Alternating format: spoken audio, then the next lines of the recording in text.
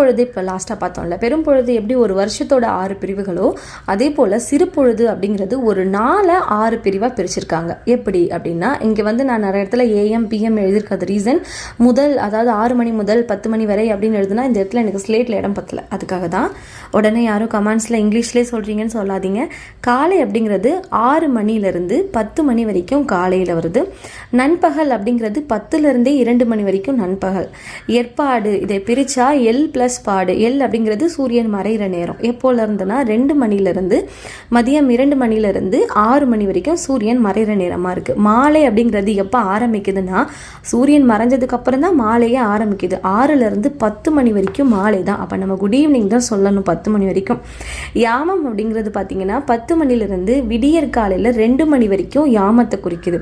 வைகரை அப்படிங்கிறது விடியற நேரம். அதாவது எப்போனா 2 மணிலேருந்து 6 மணி வரைக்கும் வைகரை நேரத்தை குறிக்குது.